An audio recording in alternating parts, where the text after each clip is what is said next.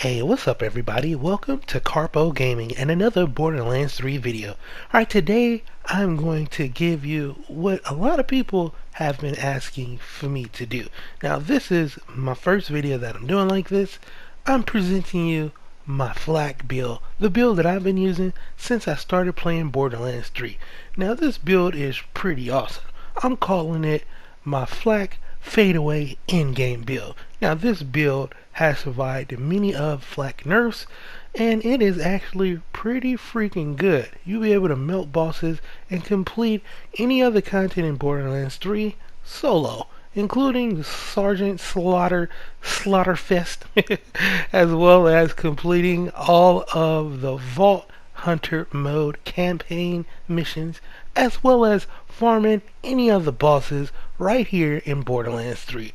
This build is freaking amazing. You're going to be dealing a high amount of damage, as well as utilizing your fade ability that will be coming back to you in approximately less than 10 seconds with this build. So by far, this build is pretty freaking awesome. So let's get started with my flak fadeaway in-game build. Oh yeah. Now with this build is going to be utilizing the most is the Stalker Tree. Now we are going to be using all three of the trees, but to get things started you're going to start off with here. This is where we're going to be getting most of our buffs for our fadeaway. Let's start off with the self-repairing system. We're going to max this out. Now what this ability is going to do is give us a health regeneration, 1.5% of our max health per second, as well as plus 30% health. Hey, who doesn't need extra health?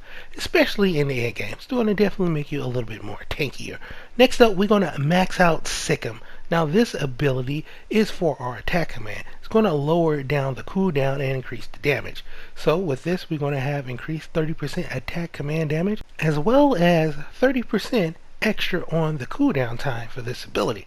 So the best way to show you this is go ahead into Catawalk Wall. We just finished popping our ability, and as you can see right here, you get those crit shots and it just boosts that ability right back up, and we are at our next fadeaway in less than 10 seconds.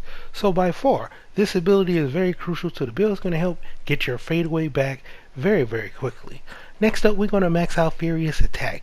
Now this is a hunter skill. After shooting an enemy, flak gains a stack of Furious Attack. For each stack of Furious Attack, flak's handling and gun damage are increased. Stack decays after a few seconds. So the current effects, we got 2% per stack on the gun damage, 4.8% on the handling. Furious stacks is 10 and it lasts around 4 seconds. So we're going to hop right in here to the trials and show you this in action. So look right at the bottom of the XP bar, that little blue 10 that you see popping up right there, those are the stacks. So all of these abilities, that's where you're going to see them proc at. Alright, now let's finish off this tree. Next up, we're going to go to Eager to Impress. We're going to max that out. Kill skill. Whenever Flak kills an enemy, action skill cooldown time is reduced. There we go again. Whenever Flak pets kill an enemy, action skill cooldown time is reduced even more. So that is absolutely amazing. So with this ability, we will get a 1.25% second cooldown timer whenever Flak kills an enemy, and whenever his pet kills an enemy, we're going to get a 2.5% cooldown timer as well. Now the All My BFF and Overclocks, we're not going to spec into that, but we are going to spec into Lick My Wounds. So basically, whenever you're down, and as well as your pet is not down, it will help revive you, which is basically a get out of jail free card. Next up, we have Turntail on. We're going to max this out. While Flak is moving, Flak will constantly regenerate health and get damage reduction. While standing still, we're going to get gun damage and fire rate. So we're going to get 0.9% of max health regeneration, 17.4% of damage reduction while moving, and 25% gun damage while standing still, as well as 12% fire rate while standing still. This is very good. Always good to get the extra damage buffs. Next, we're going to spec into Hidden Machine. We're going to max that out. Whenever an enemy has no target or is attacking a different target, Flak deals increased damage against them, plus 30% extra damage. But Flak Pet is always taking aggro, so that one actually stays up quite a bit of time. Next up, we're going to go to Fast and Furious. We're going to max this out. I have an extra one here due to a class mod. Now, whenever above full health, flat gun damage and movement speeds are increased. We get an extra 33% gun damage as well as 13.3% on the movement speed. Rage and recover, we're not going to spec into that. And last but not least, the power inside. I'm going to plug one into that. Flak and Flak Pet gain increased damage while Flak activates an action skill. If Flak is at full health, the increased damage is double. So we're getting 25% of that, and we're pretty much going to double that, especially when we go into the fadeaway. Now for our different augment skills, we're going to go with Gorillas in the Mist. Fadeaway no longer ends after Flak attacks at the cost of critical damage, and fadeaway duration being reduced. So we got an extra 50% critical hit damage, and that duration is 8 seconds. So we don't even have to worry about none of the nerfs. We're going to get that back up, and like I said, in less than 10 seconds. So last but not least, to round off this tree, we have Unblinking Eye. So with this, successful hits of the same target increases Flak critical hit damage per hit. Unblinking Eye resets every 3 hits. So we're getting a plus 75% extra crit per hit. Now if you're using a shotgun, you're getting a whole bunch of that crit back due to each of those pellets proccing that effect. So next up, we're going to go to the lovely Master Tree, and here we're only going to spec into one thing, and that is the Persistent Hunter. With this is going to give us increased Flak gun damage and action skill duration. With this, we're going to get an extra 12% gun damage and an extra 45% action skill duration. So once again, we're constantly stacking all of these things up. Next up, we have Leave No Trace under the Hunter Tree. We're going to max this out, and I got an extra one plug in here due to my class mod.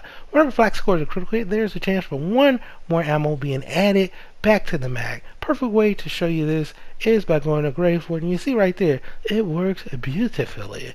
Next up, we're going to plug in 2 into Interplanetary Stalker, so we can go into the bottom of this tree.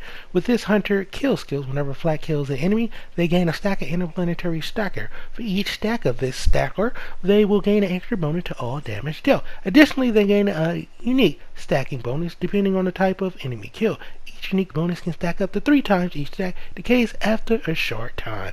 So we're getting a bonus effect of 4% per stack.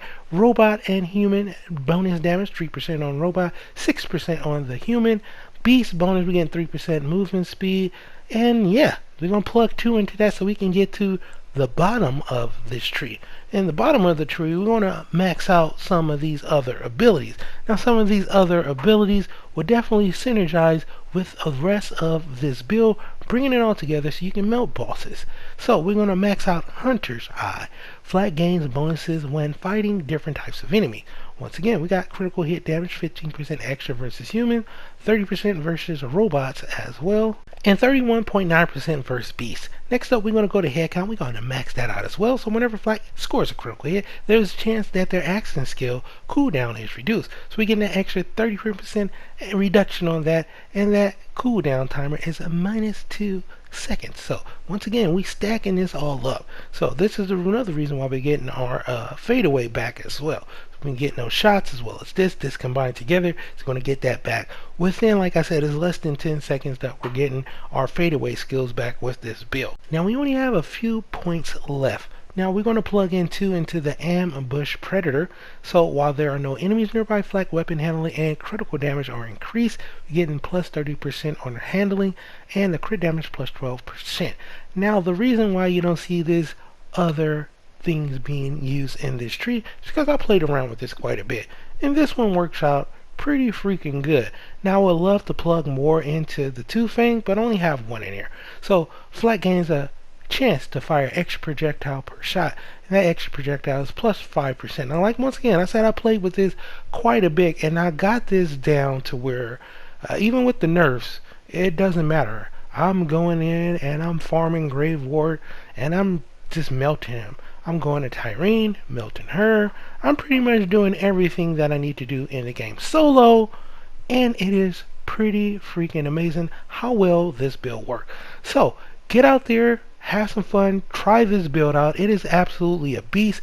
Great at Mayhem 3, great when using Fade Array, and great at just your survivability in general. So once again, this is my first build here on this channel, my Flak Fadeaway End Game build, and I hope you truly enjoyed it because, like I said, it is a beast. So yeah, that's pretty much going to end it for the video, ladies and gentlemen. As always, if you are new to the channel, welcome. Don't forget to subscribe, and hey, if you really want to help out the channel and the video, you can do so by liking the video if you indeed like the video. Don't forget, I upload daily Borderlands 3 videos, so turn on that bell notification and stay up to date for more Borderlands 3 videos. And as always, I'll be seeing y'all in the next one. Later.